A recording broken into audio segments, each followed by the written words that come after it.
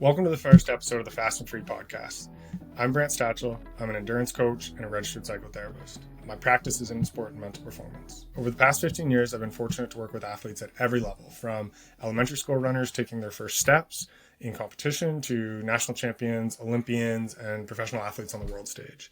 And this podcast is my endeavor of bringing those lessons, insights, and conversations directly to you, endurance athletes. Fast and Free to me is about more than training plans or motivational sound bites. It's about understanding the intersection of physiology and psychology, the body and the mind. It's about equipping endurance athletes with the tools they need to perform at their best, not just once, but consistently. I want each athlete to have a sense of freedom and purpose after each episode for every step they take. Each episode, I'll sit down with athletes, coaches, experts, people who have lived the pursuit of excellence. You'll also hear stories from me one-on-one. You'll hear stories from elites, but also everyday endurance athletes chasing their goals with relentless determination. My goal is to give you nonsense-free information, training strategies that have worked, mental performance tools you can apply tomorrow, and conversations that help leave the sport in a better place than it was when we started. Today, on my first episode, I'm joined by Dr. Cassidy Preston. Cassidy is a Ph.D. in sports psychology, the author of Mindset First, and the founder of CEP Mindset, one of the largest sports psychology firms in North America. Full disclosure, I also have the privilege of working alongside Cassidy, which makes this conversation both professional and personal. In our discussion today, we'll explore how the competitive identities, how we see ourselves in relation to performance, can shape every aspect of how we train and race. We look at why in endurance sports, physiology isn't the only part of the equation, and how the proper mental game can be the difference between realizing your potential or falling short. We also get into some simple and practical tools that you can take straight into your training. This was a fun and enlightening conversation for both of us, and I hope it's just as informative for you. Thank you for tuning into the first episode of Fast and Free. Let's dive in. Excited to have you, and thanks a lot for joining us, Cass. Oh, well, it's a pleasure, and excited to see you in the podcast space, and it's been fun growing together, and as well, been inspiring for me as well. I've obviously have some work with endurance athletes, but not as much as you. So I'm happy to brainstorm together, share some of my experiences, and have a good conversation today. So tell us a little bit about what got you into sports psychology. Was having a real terrible mental game as a junior hockey player. So I was from North Bay, Ontario, grew up, loved playing the game, get drafted, go play in the OHL. All of a sudden, all of this noise really started to build up as I started to rise the ranks. The pressures, came up. The adversity started to pile up. Not that I never faced adversity, but then it's like when you're facing adversity after adversity, it can eat at you. One of the toughest moments for me was my first year in the OHL. It's my NHL draft year. I think I'm going to get drafted. I'm just so obsessed with my points, the results, the external metrics, getting drafted, and then fall flat on my face, have terrible year, have no points, get healthy scratch, which is really tough as a 16, 17-year-old. You're not even playing. I'm in the stands watching everyone else play. So it was, I went through the ringer, and that's where I really started to learn more and more about the importance of the mental game, picked up lots of things slowly but surely, got a pretty good mental game by about the last few years of playing, 8 years later. And I was like, okay, well, let's take that and apply it to other people so they don't have to learn the long way I did. There's got to be a better way. And that's what's also made me very much focus on being practical and personalized versus there's a lot of cookie cutter fluffy stuff out there in the space that it doesn't actually work that well, or at least consistently. So I was trying to have the best tools for athletes, and went to school for a long ass time, and slowly and surely get to where we are now. What gave you that entrepreneurial spirit to kind of go through and do this? Because it could have been very easy for you to teach as an academic with a doctoral degree, or just work by yourself, just working with hockey players, right? So you've expanded CEP to this amazing kind of group, and I feel fortunate to be a part of so many amazing coaches. We just had the in-person there a couple of weeks ago. But where did that slant come from? I think it's part of my predispositions is to go against the grain, try new things. My dad was a medical doctor, so he had no business savvy, still doesn't. Actually, my first job at 19 was called complete hockey training, which was we would like, my parents told me I had to get a job. So I was like, all right, I'm going to train hockey players. It's like, cause that's all I kind of knew. I was a hockey player. So I trained like younger guys, and we would like shoot pucks in my buddy's garage, work out in my basement. And I was like, oh, I'm going to give them a bit of mental training. So it was like the complete package of like kind of like all three kind of big components.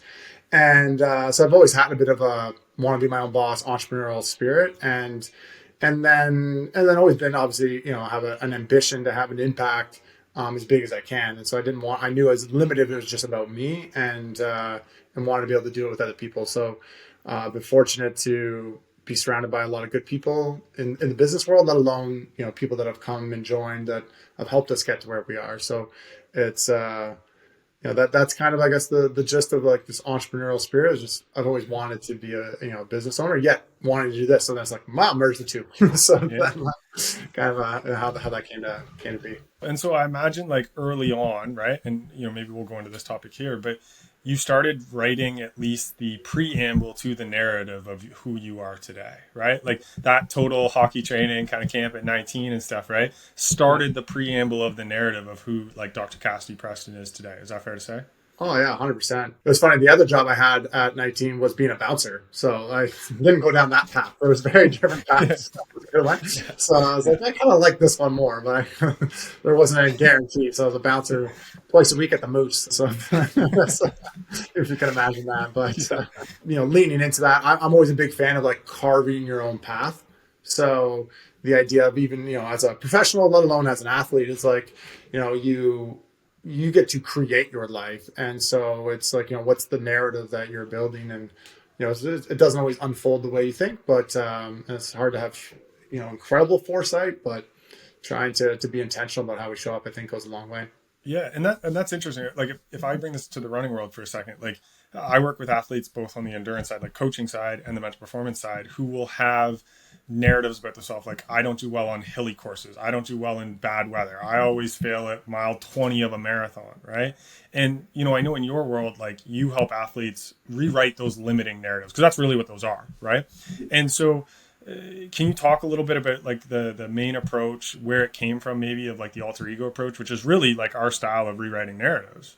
Yeah. Oh, 100%. And I think, it's always been something, I was very aware of in terms of like, how do we talk about ourselves, trying to catch people in their language. Because like a lot of our job is just to be a mirror, right? It's just like, hey, tell me how you're thinking and feeling. And I'm like, let me mirror this back. You just said this out loud. Do you realize you said that? And you know what that means? They're like, oh, damn. Like, and then it's just like a light bulb moment for them. It's like, hey, this self-talk, this self-narrative, we shine a light on it. That's half of the job right there.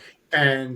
And then in 2021, I stumbled on Todd Herman's book, The Alter Ego Effect, and it played right into that identity and this contrast of like, hey, well, I'm going to stop looking at myself this way and start building out this. I was like, oh, it's a really playful way to work on the identity level, to work on the self-talk, how we talk about ourselves level. And so that instantly then got integrated into the things we were already doing.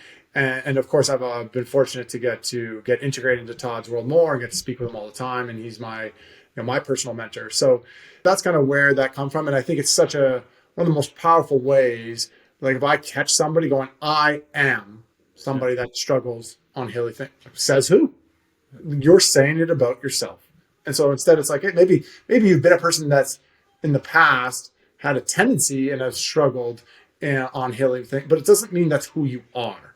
And when we self-label, that's a huge trap that can really make it hard to, get out of. And so that's kind of a quick, high-level way of looking at some of the narrative work. Yeah, I think that's super interesting because, like, for those like listening who might not have a world or a foot in the world of psychology, like the simplest way to think about it is our highest order of thinking is in narrative, right? We think in terms of stories and language. That's how we communicate. That's how we present to the world. That's how we share ourselves, right? And even like the statements you said that athletes don't even realize are part of their narrative. I am. It's like, that's part of your story, right? And I think one of the interesting things about, like, if we break down kind of what we do in terms of talk therapy, right? That's kind of the roots of what we do, right? Well, I would expand upon your thought a little bit and go, oftentimes what we do in talk therapy is, well, we all think in fragmented sentences, right? And it's not like a coherent paragraph, right? Or coherent narrative, right? And then when you're forced to say it out loud, you have to start joining those sentences together, right? And I don't know if you've seen this before in your practice, but oftentimes you get somebody talking about that and they do it and you see them get like frustrated or they've boxed themselves into this idea. And it's like, man, they just realized that they almost tore apart that entire narrative right there by having to put all the sentences together. Have you seen that? Yeah, 100%. Well, today I was talking to actually, it was a business person, and he's like, he was saying all this stuff, and then I was just mirroring it back to him, and he was flushing it out, and he's like, oh, I already knew all this, but now it's very clear.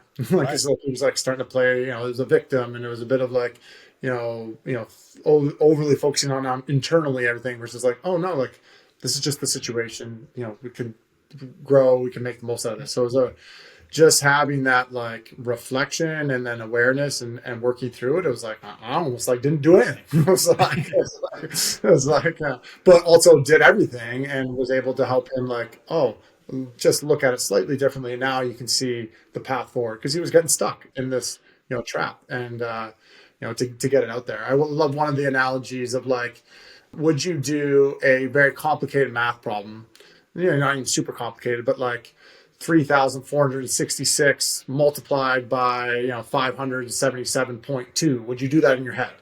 It's like, no. Well, like you would write it out. Well, our mindset, our emotions, our thoughts are probably more complicated. Like get it out of your head and write it down, look at it, be able to process it in a way. And so that's often, what I'm doing is like I'm getting them to verbalize it, writing it down for them, shaping it, creating it, so now they can process it and work through it. So, yeah, I think just for those listening who might not know who Todd Herman is, he worked with Kobe Bryant and created the Black Mamba mentality, right? And so his book, The Alter Ego, is really about how he has helped Kobe, business executives, other sports athletes create that alter ego, right? And I know when we first met, we had very similar language. I use competitive identity in my sport, right? Racing identity, and we use alter ego, right?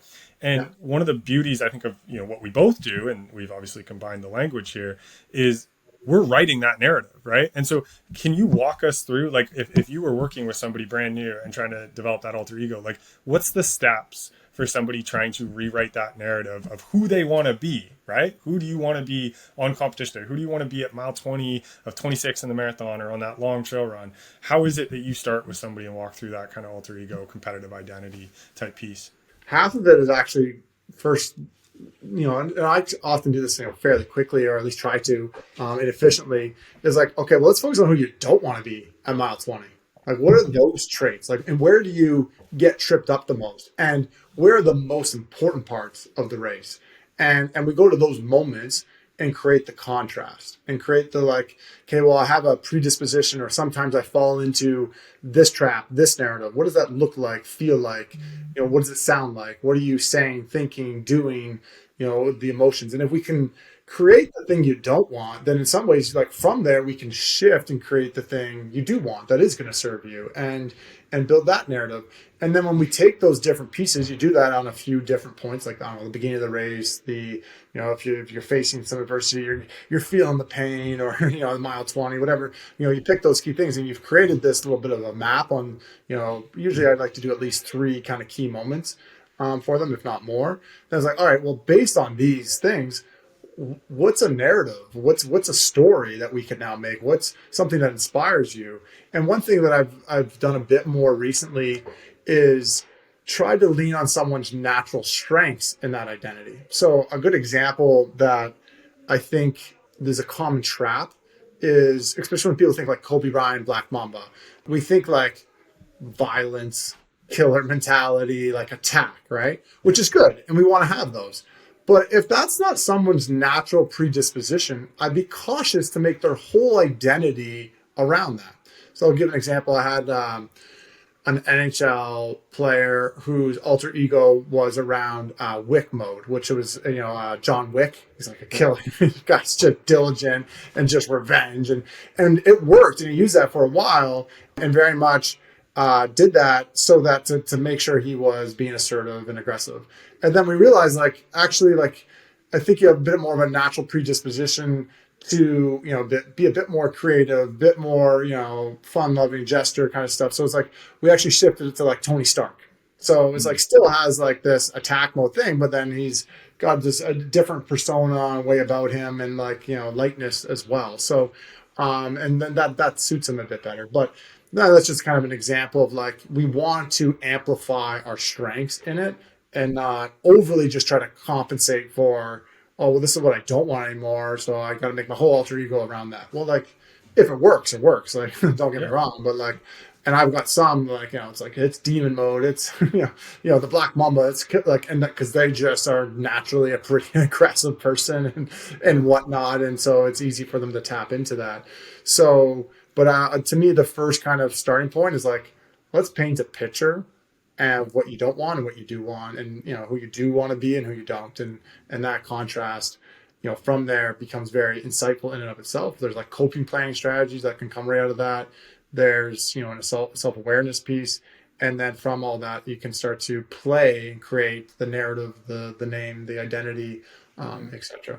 I think you're bang on. Like, I love that juxtaposition of like, who is it I really don't friggin' want to be, right? Yeah. Like, I'm sick of that person, right? Because oftentimes when a lot of people come to us, whether it's in my coaching world or my mental performance world, it's like, I don't want to be that anymore. I don't want to suck at the marathon. I don't want to like suck at thinking about myself, right? It's like, okay, let's identify what the heck that actually is. Yeah. Because then we can go that. I don't want to be that. Right? It's like, if somebody wants to identify as being rich, right? It's like, well, I sure as heck don't want to be poor, right? Okay, so what are the behaviors I got to do to be rich, right?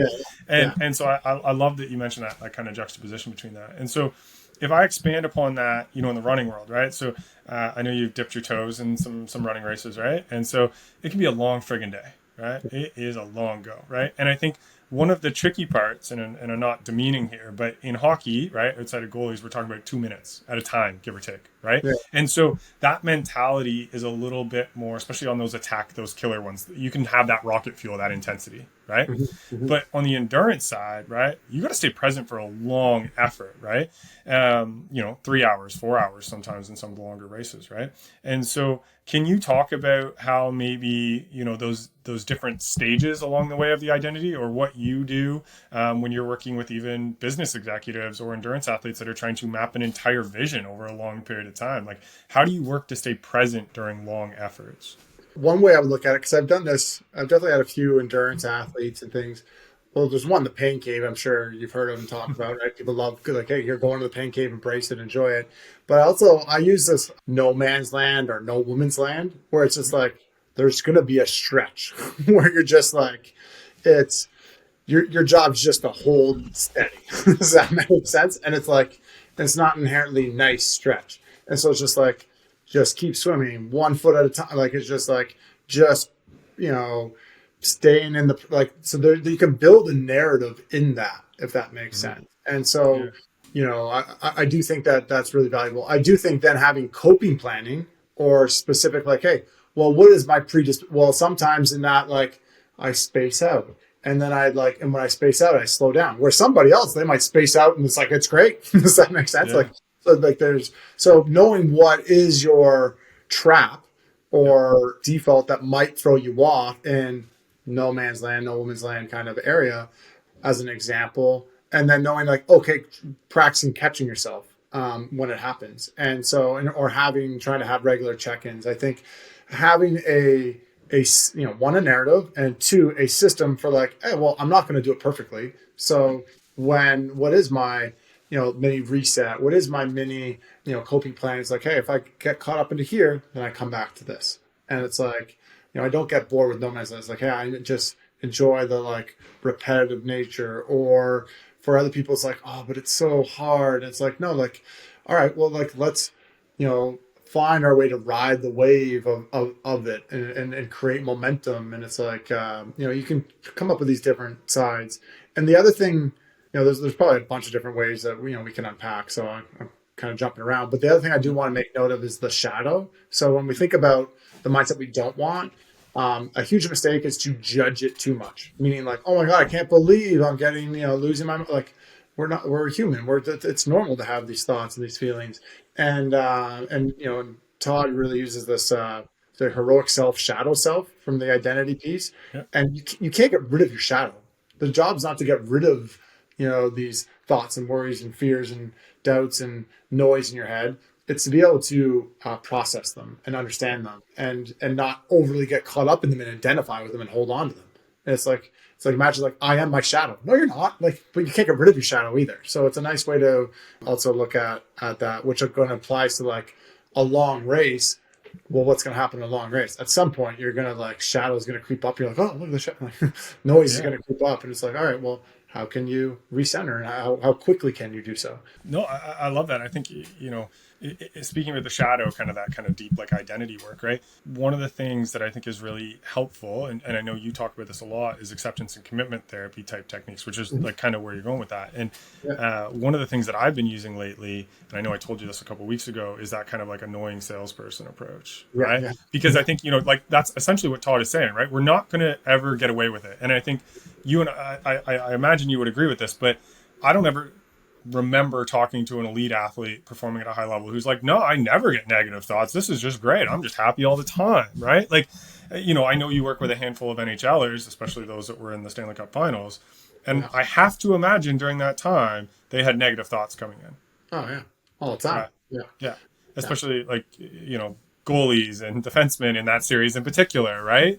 With what was going on. And so I think that idea, just for everybody listening to understand, like, you don't suck, you're not lesser than, you're not worthless because you have these negative thoughts. Like, between Cass and I, we're working with Olympians, NHLers, like all these people, and they have them too, right? And I think what separates like people who maximize their potential, let's say, and those who don't, is the ability to accept that they have those thoughts, but then come back to the moment in terms of what they're doing. Yeah, 100%. And it's just normal. Like, the more we can normalize that, because again, nobody else knows what's going on in other people's heads. So they're like, I'm the only one. Oh, you're not the only one. Like, one of my favorite lines is like, actually, this is quite normal. Like, it's normal. Instantly, they like feel better. Does that make sense? Totally. Like, what do you mean? Other people have these kind of thoughts and feelings? Like, yeah, like they do. Yeah. Like, it'd be weird if you didn't. Like, I mean, it's like I love that idea. I say that all the time. Like, I'll say to people, I'm like, I might see 25 people a week in this, and I can tell you that there's seasonality to how people feel. Yeah. Right? Yeah. Like in the fall, everybody's like, oh, I'm feeling a little bit more down, like depending on where their season is, their marathon. I'm like, I got like 20 people I'm talking to this week that feel the exact same way. Yeah. Right? And they're like, oh, really? Like, I'm like, I'm not lying to you. Like, that's just straight up. Right? And so I think you're right. Being able to normalize that and put that forward as an idea is crucial. And I think what's also interesting, there's like 3 to 5 types of people understanding of the mental game mindset work. So there's actually one category of people that are blissfully ignorant, meaning like they don't know anything about self-talk and mindset, and it ain't hurting them yet. Does that make sense? Because they haven't faced probably enough pressure or adversity. But at some point, then they go into the other category, was like, I don't know much, and I don't know how to like stop getting out of this negative spiral. Right. Yeah. And then that's when usually somebody, might start, or somewhere around there, and they start going down the rabbit hole.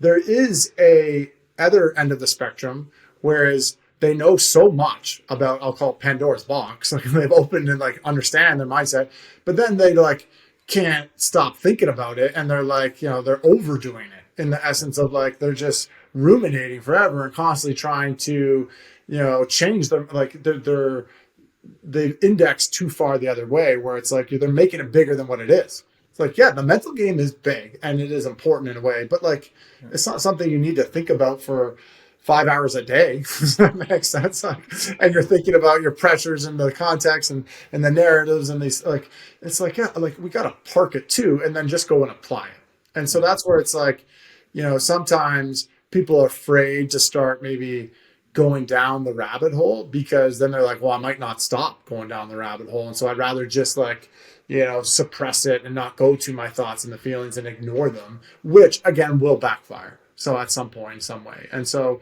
there's a healthy way to like, hey, let's talk this through. Let's air it out. Yet we don't have to air out our dirty laundry all the time, everywhere, and just like, show everybody and like, not be able to like put it away after. It's like, get the air, the dirty laundry, the emotions out, process them, wash them, then pack them back up and like get back to work. Like, I mean, and like back to just running, back to just your sport. So I don't know if that was helpful, but I find it's just like an interesting way to like, as people that are thinking about dabbling into it, it's like, you got to find your Again, that's why like we don't like a lot of our sessions are 30 minutes. Like I don't want it to just be like, let's just talk for the sake of it. Like, no, like let's not. Like that's what you do with your friends. Like here Yeah. we're trying to like get some advice and coaching and get somewhere. I think we almost need to come up with a name for that because it's almost like the Dunning-Kruger effect of sports psychology, Yeah. right? Like you don't know what you don't know, and then you're like you think you know everything, and you have no clue, and you bounce back, right? Yeah. But it's interesting. One of the points you picked up on, I say quite frequently in a different world on the coaching side, is like this stuff will help you, but it's not going to trump the physiology, right? Like my sport, our sport is a physiology sport, right? Like you can push the limits of what you have, but you can't go beyond that, right? And so I talk about the work we do here as like, I'm going to help you maximize what that physiological potential is. Where are those gaps, right? And I'm deliberate in using the language gaps rather than weaknesses, right? In terms of where somebody's able to go. And so when you look at, that kind of idea with, athletes or clients who may be having doubts on, if this is going to work, how do you kind of talk about that ability to maximize potential due to this work? There's probably a few different lenses, particularly it's quite interesting because in an open-ended sport like hockey, as an example, or soccer, but like your capabilities is harder to really like define because it's so dependent on, well, how do your opponents do? Does that make sense? It's not like you're just shooting and you go bar down. Like that's like a closed loop skill. Does that make sense? It's like, yeah, you could do that over and over again. Like basketball, if you're just doing free throws, we can rate capability quite easily.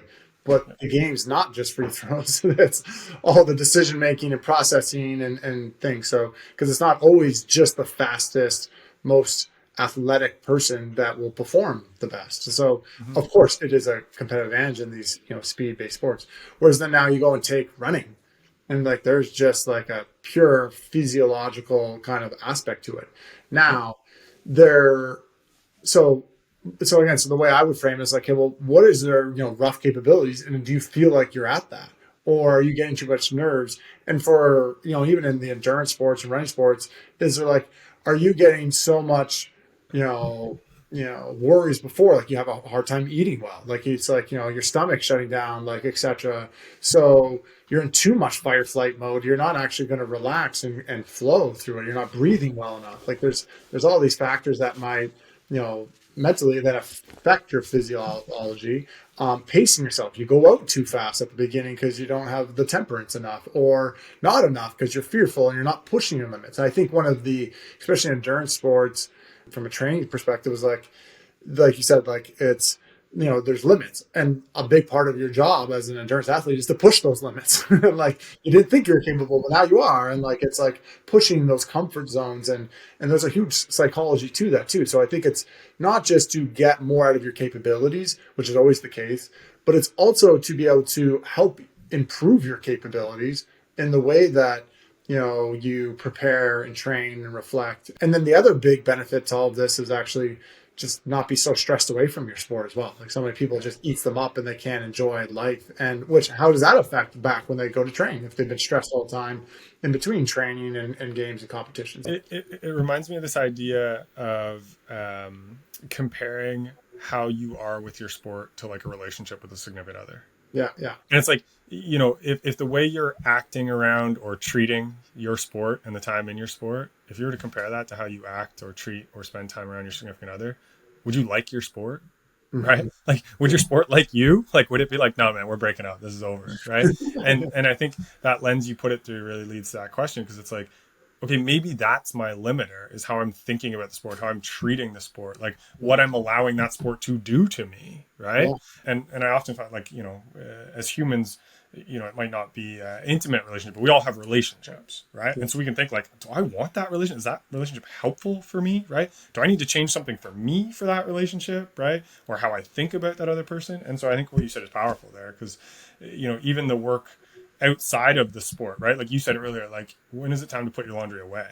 Yeah. Right. And not think about it. And like I know for a lot of endurance athletes, and maybe this is a good segue into the next topic about metrics, right? Well, that workout was this pace or blah, blah, blah, right? And being able to just park that. The workout's done. Yeah. Right. And so, when this could go across, I suppose, the business world and all sports for that matter, but in our world in particular. And so, for those listening, it's like we've got heart rate, we've got HRV, we've got pace, we've got, heat calculators, we've got race predicting calculators. Our Garmin tells us when we've moved enough or not moved enough, right? We have all these things. And so when you work with athletes, let's say that are maybe hyper focused on a metric or something that they think is deterministic of outcome, how do you navigate that? Yeah, well, and I love, I've used this actually a lot lately, and it ties into like having a healthy relationship with the sport, right? Mm-hmm. Is, I think, an incredible way to look at it. Similarly, I've used a lot, have a healthy relationship with results. So like have a healthy relationship with your HRV or your Garmin's, your different metrics. And I think, I'm sure you do this well. The other side, when I talk about metrics, is like, what is their usefulness? So meaning taking a critical lens, like there's obviously lots of things I got out of my PhD, but one of the main things was just take a critical lens to everything. Like that's like peer review journals 101, like academic world is like, just like, is this really what it means? Does that make sense? Like, so like in the, like a hockey world, context is like, goalie stats or player stats. Does that really mean they're good or bad? Like, not necessarily. Like, that they're not the best indicators. And there's other indicators that are actually more helpful feedback loops, right? Yeah. And so now in the running world, that's going to be a bit different because there's some are helpful and some, are pretty like, no, that's a very helpful feedback. Like, what was your time? Like, it's like, now there's different factors. Well, how'd you sleep the night before? Other things that will influence that. So again, taking that critical lens. But the bottom line is they're feedback loops. And so instead of like one of the things that I would instantly do is like try to not judge them so much as good or bad and just take it as a result. It's a result. Now, what are you going to do about it? Like, and I'm a big fan of having a range. So like, okay, well, this is where I'm at and this is where I want to get to. Well, what's the range where I would like to get to for that result? But I also think I'd be cautious against overlooking at too much data, for sure. Like, I think there's a time and a place to look at a lot of data, especially if you're looking at it with a coach. Like if I'm a running coach, which I know you are actually a coach as well, right? It's like you want a lot of data. It's like you don't want like one piece of data. Like you want like, hey, give me this data, this piece, this like, and then based on these things, we can come up with a plan and prioritize and move forward. So there's a time and a place to be like, hey, give me all the data, make an informed decision, make a plan. Now, is that daily? Does that make sense? Like, I don't think so. Like, especially on the athlete level, right? I'll give another example. As athletes, we're often wearing multiple hats. So, and even in like the highest level, they still have to wear multiple hats where those hats, I often compare them as like the owner versus like the business operator, meaning the owner is making logical, strategic decisions, right? Planning, what races should I do, not do, like, where should I train, like this kind of stuff. Whereas the operator just runs, like they just, train. And they're very different modes and mindsets. And like in hockey, it's like the owner's like, okay, well, should I get traded? Where should I play? Like, how do I navigate, manage expectations, these things, goals, results, range of results. And then the player just plays. And then a business analogy, just to close the loop on that, there's the owner of the ice cream store that's like, hey, should we order more of this ice cream? What are the hours? Like, should we move locations? And then there's the guy just scooping the ice cream, having a smile and just delivering, giving, it's very different mindsets and modes. Yet you got to wear both hats, and then knowing which one to wear and how much to wear it also matters, which goes to my point of like, hey, let's go sit down and go through and make a plan. And then, and look at the data. I'm not saying you should only have a few pieces of data and never look at the rest, because then you might not have enough information to make a logical, strategic plan about training and performance and managing expectations. Because you want to be able to also park that person. Like I was just doing this today with someone in barrel racing actually, and she's like, all of a sudden she's like getting the owner's like, oh, but what could happen in this? It's like, you got to park the owner. Like the owner doesn't come down and talk to the athletes before they go out and play and be like, you better do well today or else. Like, what? Like, that's not helpful. Like, separate them. Don't put the owner down in the player room. Like, you know what I mean? Like, so And it's like, hey, I'm about to race. And that's why, like, I know, I'm sure actually this would be a good thing to bounce off you, like the whoops and the data driven Yeah. stuff and the auras. And it's like, it's race day and your whoop score is low. And you're like, oh no, like, Yeah. it's like maybe like, like so again, if I- you're pretty good at it, then it's probably a non-issue, but like that can actually, then it's like, that's the owner being like, oh, actually, you're not prepared. I feel like I'm prepared. What do you mean I'm not prepared? And it causes this, like, you're wearing two hats and they're just clashing, and not being productive. So that was a long-winded answer, and I probably opened more doors than I closed. But No, it's all good. the idea of like, yeah, no, data is not inherently a bad thing. It's just knowing how much, when, and what hat you're wearing when you're processing, and taking a very critical lens. Because a lot of times people are just like so black and white thinking of like, oh, this is good data, it's bad data. It's like, oh, it's all good, it's all bad. It's like, oh, like Yeah, there's some gray and there's some other factors that influence. totally. I think in our sport, I try to talk about there's like a hierarchy of data, Yeah. right? Like there's data that absolutely matters, right? Like what was your pace on race day? And you ran that in this race, so that probably converts over to this, right? Like that's a really high, valid and reliable metric, right? The wristwatch, which if you look at the research, the optical sensor is off anywhere from like 2 to 18% on your heart rate.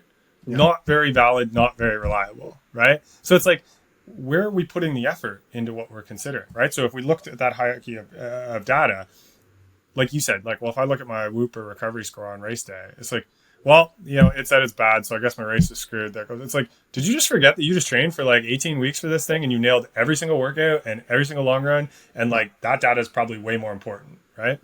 Yeah. The second piece, I think, and this is where I think we do a really good job in our sports psych world, but in the endurance world we suck at, is listening to qualitative data.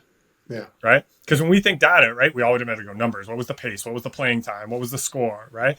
But, I'm a big basketball fan. And if you watch the NBA year over year, not every year does the team that won the most regular season games win the championship. Yeah. And it's like, that's probably the closest indicator of if you're the best team in the league, is how many games did you win? Right? Yeah. And you would probably know it for hockey more than I would, but I imagine it's pretty much the same way. Yeah. Right? Sure. Because it doesn't tell the story, right? Like, did they have guys who were injured? If we go back to my favorite year, the Kawhi year, it's like he didn't play half the friggin' season, right? But guess what? He was healthy and crushed it for us when it mattered, right? Yeah. And so I think as endurance athletes and maybe athletes as a whole, we need to get better at looking at both the quantitative data and the qualitative data, right? Yeah. And I know in your world in hockey, right? Like if you're talking to goalies, it's like they could have got lit up, right? But they could have been amazing between the pipes, but their defense just let them down, right? And so they got to separate that. It's like, yeah, I got 5 on, but like I had like 6 one-on-ones, right? Like, what am I supposed to do, right? Yeah. I did everything. And I think the same thing in our world where it's like, okay, that workout maybe felt a little bit off, right? It's like, yeah, but you're in your heaviest training week ever, right? So there's context qualitatively that goes with that kind of data. Does that make sense? Oh, 100%. No, that's well said. And one of the things I'll add in, and I loved your hierarchy of data, right? So it's great. And it's being able to be like, and again, does that mean a racer shouldn't wear their whoop or whatever the night before a race? Well, I think it's still good to do. It's better to have the data for at least post. It's like, hey, look, this is what I slept, this is what it was, and maybe how it influenced, but not caused results. There's correlations, aren't always causations. But then it's being able to park and being like the business owner hat, being like, okay, that's the data, whatever. But let's just see what happens. Because one of the things I'm a huge fan of, and I do this with athletes, I think it would be incredible for endurance athletes, is like, just because you feel like shit or have a crappy warm up or not, like, doesn't mean you'll play poorly. Often, sometimes people play great. I used Michael Jordan flu game. He literally was sick, puking, and then had one of his best games in one of the biggest stages in the finals. And then how many times have you felt great, felt dialed in and warm up and have everything's lined up and been terrible? It's not a causation. So we make these assumptions that no, there's a correlation. Generally, we do want you to have a great sleep and legs feel light and you're on fire and your warm up goes and you're hitting your paces and everything's just flowing. We want to try to optimize our results and optimize our routines and things and the feeling for sure. But don't get trapped into this idea of oh, well, that's going to cause me to race well, or this will cause me not to, etc. So, and as a funny joke, I once, for a while, this kind of goes to some of the challenges I had in my own mental game, was I would intentionally have a bad warm up because in hockey for a while, for one season, because I was like, hey, if I have a shitty warm up and I just don't try hard, and I'm like, and then I go to my trainers like, how do you feel today? I was like, feel like shit. That means I better work hard in the game. It was just like I just like shoot myself low because then I would have to go hard in the game versus like. I was like, sometimes if I felt too good in warm up, oh no, I better like don't screw it up or whatever. And then my expectations would get skewed. That makes sense. I get, oh, I'm going to be so sick today. And then I wouldn't focus on like the effort in the process. So I don't suggest, I've told that to many clients. I'm like, don't do this. Don't do that. It's an example of like, you don't have to have a great warm up to play well. I was like, that's generally just still have a good warm up because it's good to get your body primed and get the flow going. It's super interesting because like I talk about all the time that nothing is maximally deterministic, but there's a lot of little things that can be deterministic, right? So like in racing, right? There's nothing that's going to absolutely say yes or no, you're going to run a PR. Yeah. But there's a lot of little things along the way, like how many days did you miss in your training? What's the weather like? What's the pace group? How's your pacing? How's your nutrition, right? But oftentimes we get stuck, not just in the endurance world, I'll say this from working with athletes in other sports, we get stuck in what I call like single variable analysis, right? Where it's like, this one thing is absolutely going to make sure that I do X, right? And it's like, you know, I break it down in like math, right? It's like I can do 1 + A = 2 in my head. I just like cross the bridge, change that. Oh, there we go. It's 1 + 1 = 2, right? But it's like, what's like 3x to the power of 2 minus 55 minus 26 bracket x squared? It's like, I don't friggin' know. I got to work through that and think about all these different things, right? Yeah. And I think it's, you know, it's kind of what you're saying. You set up almost a reverse expectation gap, right? Yeah. Like that's what I call like that, where it's like, you know, the example I use all the time is like, you know, you're at work for the day and, you know, your partner text you in the morning, like, I'm going to make your favorite meal, whatever it is, spaghetti meatballs, whatever it is, right? And all day you're like, oh man, I'm going to get spaghetti and meatballs. It's so good. I'm excited. And then you come home and they completely forgot because the kids are ripping around or work got in the way or something. And you're like, can we just get like a takeout pizza or something? You're like, you just drop down, right? That expectation gap. Yeah. And I think you reversed that, right? You inverted it and tried to go, hey, I'll plan to really suck and not feel good. Therefore, when I get in there, it'll just feel amazing, right? Yeah, so once again, don't recommend that tactic. I do. Yeah, it's not a great tactic, but it's it was just a highlight. Like you can have, you know, a poor thing, and like you said, you know, what determines the cause is the causation. Yeah. It's taking a critical lens to all of it, and yeah, for sure. If you told your spouse you're gonna have pizza, and then you go and make the best meal, she might be happy. Yeah, you do it the other way, right? Yeah. It's funny. As an endurance coach, right? I don't want this per se, as if like I'm just gonna try to orchestrate it, right? But I love when athletes have a great race when they didn't think they were going to, or their sleep was crap, their last workout didn't go well, whatever it is, because I think that's a great thing for athletes to have in their back pocket going into these big races. Like, hey, even if, you know, my flight was delayed, I was up like a little bit earlier than I wanted to be, whatever, it's like, you actually know you can do this because we've done it before, right? Like, obviously we're not trying to orchestrate this in the sports psych world, but it's like, I love when that happens. It can be very free sometimes, right? Yeah. Like one of my favorite lines is the screw it. It's like the racer falls early in the race and they're like, screw it, they got nothing to lose, and then they just run freely. And then that's that reverse expectation gap as well in a way. So it's, again, you can't, you know, inherently design that because there is something to be said around having a lot of confidence and self-belief and going for what you want and doing that, yet it's doing it in a healthy way. And it's being able to like, well, it's race day now, just go execute my race plan, be free and be in the process, and let go of and that's this acceptance commitment piece, let go of the range of results and now just race. And, you know, I'll deal with the feedback after the fact, or let alone dealing with the feedback during, and being adaptable is probably part of, especially endurance. We obviously gave some really bad ideas, and once again, please don't do those ideas that we put forward.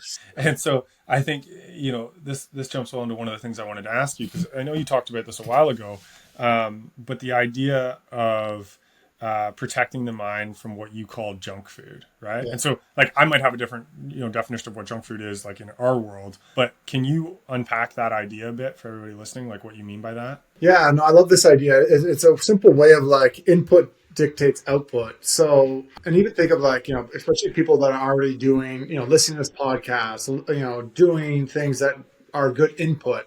That's like eating healthy.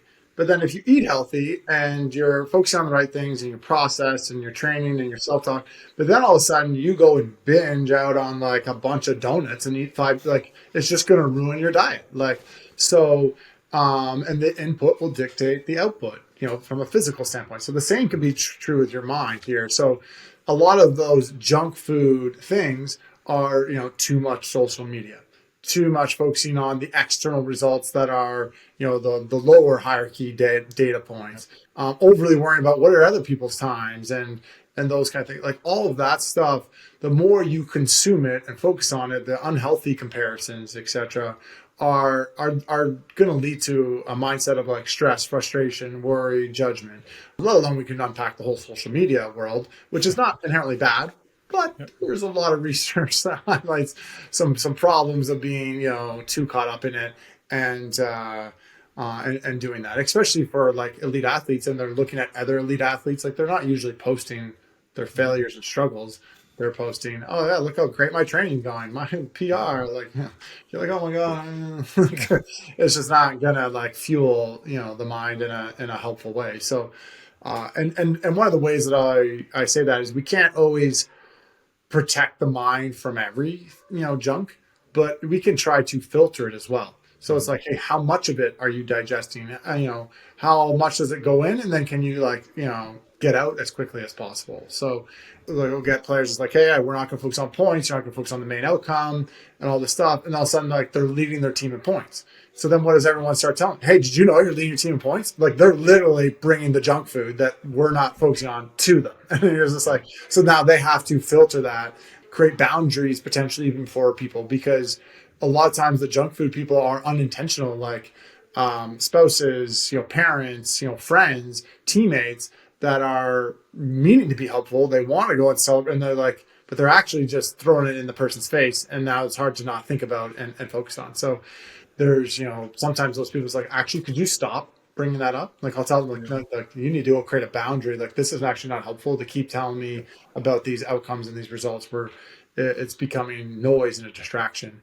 And so that's because, some of the initial ways of looking at that, concept of like, what's the mental junk? And then what's the mental inputs that are actually healthy? Like what is the vegetables and the healthy food for you? And that's the reflections, the journaling, the imagery, the conversations that are more intentional around who do you want to be and how do you want to show up. So it's also healthy to park it and just not think about your sport for a while and go do other things. Go, enjoy, some social time, etc. So I think that's really cool, because one of the ways I describe it to people when I'm trying to explore this idea is if we can agree that like garbage in equals garbage out, right? There's a pathway. If we start with a negative, it's going to be negative, right?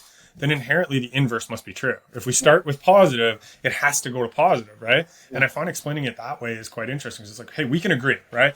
When you come to me and you tell me that I'm staring at so-and-so's times and I'm comparing myself and doing all that stuff, we can agree. That's garbage in, right? And that hits you and you get a negative outcome, right? I was like, well, what if we do the positive thing into you and then we get a positive out? And I find that being like a really like aha moment. It's like our thoughts are deterministic of the direction we're going to go, right?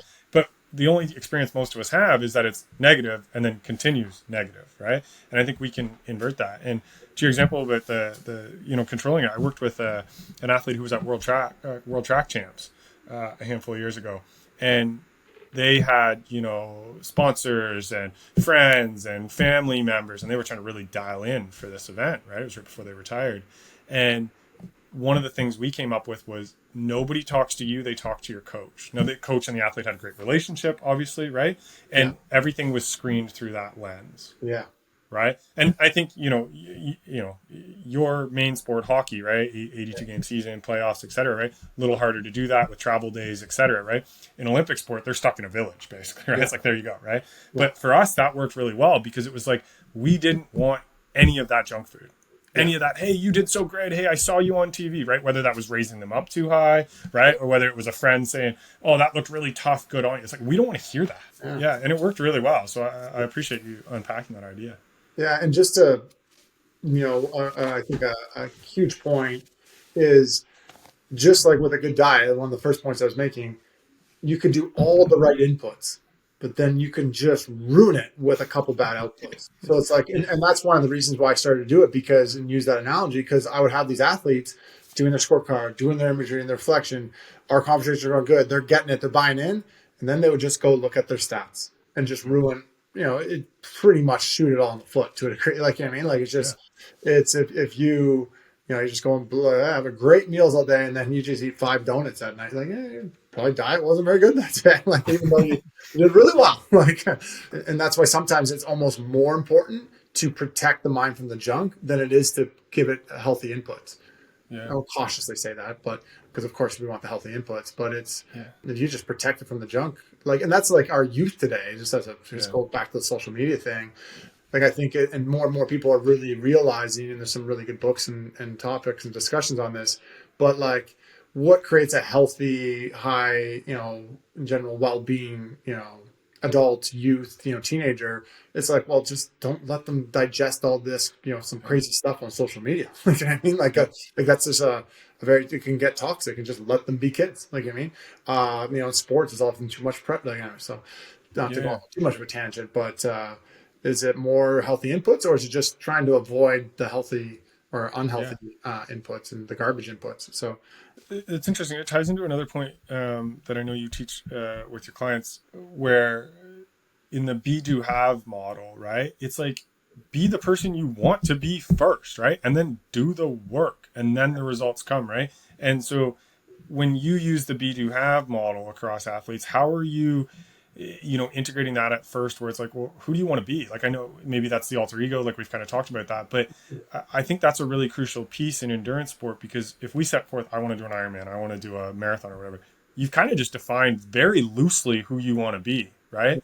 But I think if you don't like understand what that is fully, or what that takes, right, then when it comes time to do the work, it starts to erode, right? So how do you work through like that type of model with people? yeah, and I got the initial idea from John DeMartini. Use this, we do have, Yeah. complex, and it really ties into my book as well, as like mindset first is prioritizing who you want to be. And there's, maybe two interesting ways to look at this. Initially, people often start working on their mindset because they're so worried about what they want to have, the results. And they're like, okay, well, if I want to have this, I got to do more of this so that I can have it. So that's the backwards way. And then the last thing, they go, well, who do I got to be so that I can do those things well and calm and compose so that I can, get those results. So it's like they're trying to focus on their mindset for the results. What is their priority? Results. It's still have is the key thing. And as long as having, achieving results is your main priority, then the B will always struggle. That's outside in. The external world will dictate how you feel. So, and then what's interesting, someone's like, oh, well, I want to do an Ironman, or I want to play a marathon, which is a have.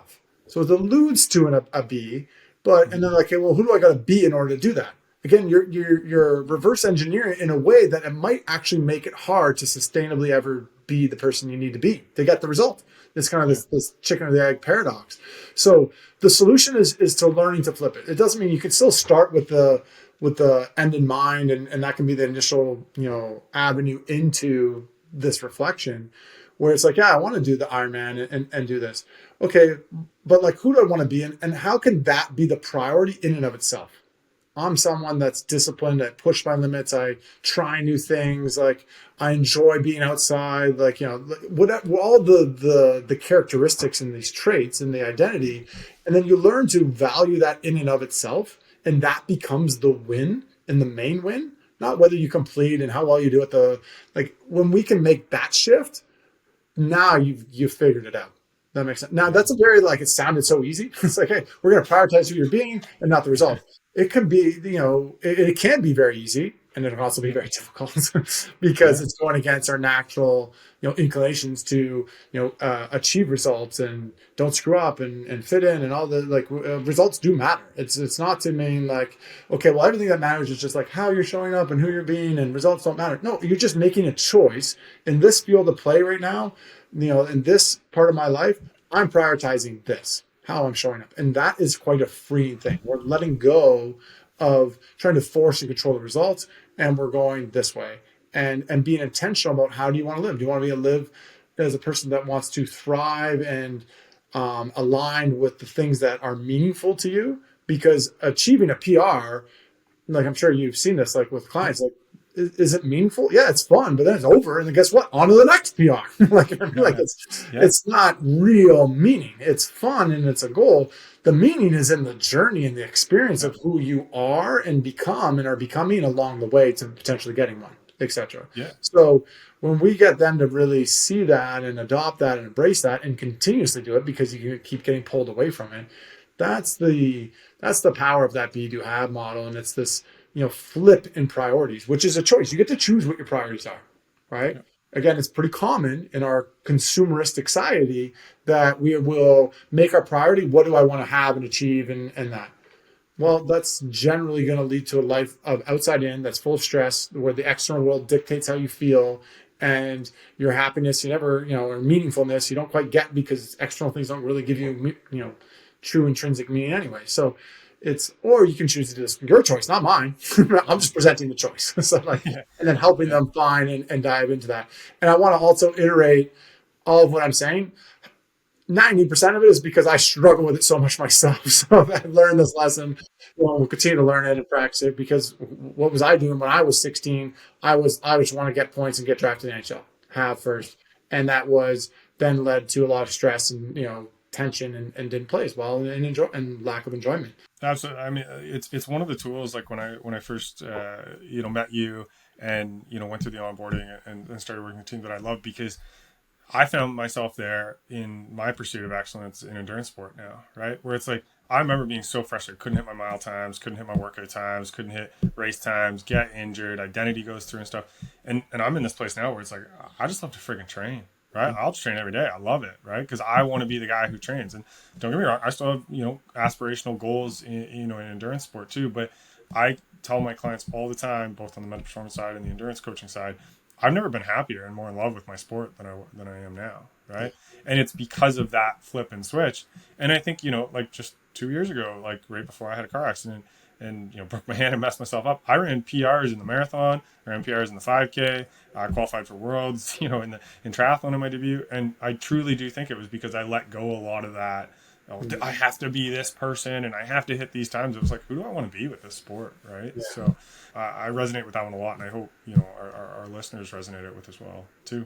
Yeah, and just to jump on it, just to button hook it in a way and pin it, is when are people going to perform at their best? And anyways, it's when they're loving their sport. And how do we love our sport? Get back connected to who you're being. Like, that's where the love is. The love.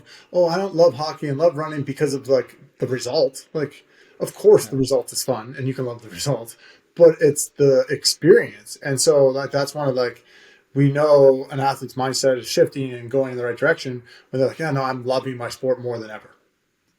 Great. Like, good news. What we're doing is going in the right direction. You keep doing that. That's what the greatest source of confidence, flow, resilience is going to come when you love what you're doing. So, and it's funny and sad almost in a way of like when athletes lose touch of that. And why? Because they're usually going outside in, and the external things are dictating how they feel instead of going inside out and prioritizing, hey, well, who do you want to be and why? And like staying connected to that, and then having those systems in place to continually do it, and also having the systems in place to avoid falling into that trap, that's the mental junk, or the falling back into results first. So, because it will, our society can pull you there, especially if you're being ambitious and trying to climb the ranks still as an external goal. So I think that's a beautiful place to wrap, because I think, that's one of the things I think that's most impactful about the work we do, is trying to get people to have joy in the thing that they profess to love.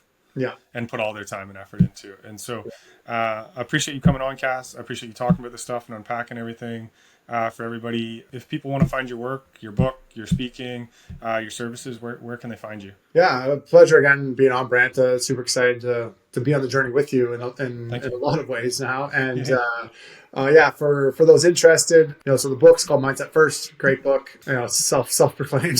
So it's on Amazon. You can also listen to me on repeat if you'd like on Audible. So that's always a lot of people are on that boat. And then you can obviously the company website, CEP Mindset. I have my personal websites, drcassidypreston.com. Find out about speaking opportunities, working with me or Brant or anyone else on our team as well. So, pleasure being on here. Awesome. Thanks a lot, Cass. I appreciate you.